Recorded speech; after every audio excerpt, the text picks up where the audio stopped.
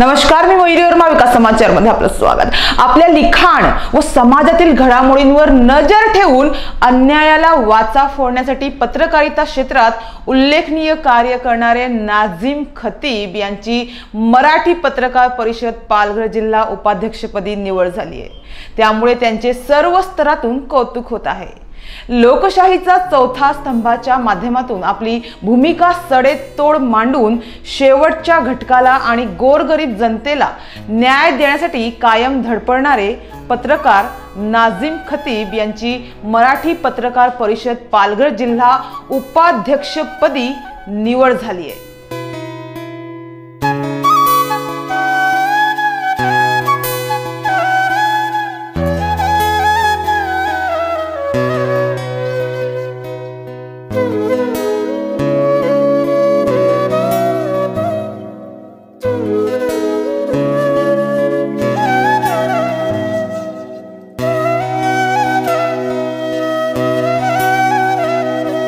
पत्रकारितेत सामाजिक, राजकीय व सांस्कृतिक कार्यात पत्रकारितेच्या माध्यमातून उत्कृष्ट कार्य केल्याबद्दल त्यांना ही पदवी मिळाली आहे। त्यामुळे त्यांचे सर्व स्तरातून कौतुक होत आहे। पत्रकारितेच्या क्षेत्रात YouTube चॅनल पासून त्यांनी आपल्या कारकिर्दीची सुरुवात केली।